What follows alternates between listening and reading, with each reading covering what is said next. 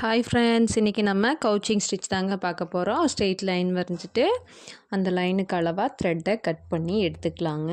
எடுத்துகிட்டு அந்த த்ரெட்டை அந்த லைன் மேலே வச்சிடலாங்க. வச்சுட்டு ஊசியில் இன்னொரு கலர் த்ரெட்டு கோர்த்து எடுத்துக்கோங்க. எடுத்துகிட்டு துணியோட கீழ் பக்கத்துலேருந்து நூலை மேல் பக்கத்துக்கு எடுத்துகிட்டு பாருங்கள், அந்த ப்ரௌன் கலர் த்ரெட்டை இந்த மாதிரி வச்சுட்டு மேலே ஒயிட் கலர் த்ரெட்டில் சின்னதாக ஒரு ஸ்டிச் பண்ணணும். ஓகேங்களா?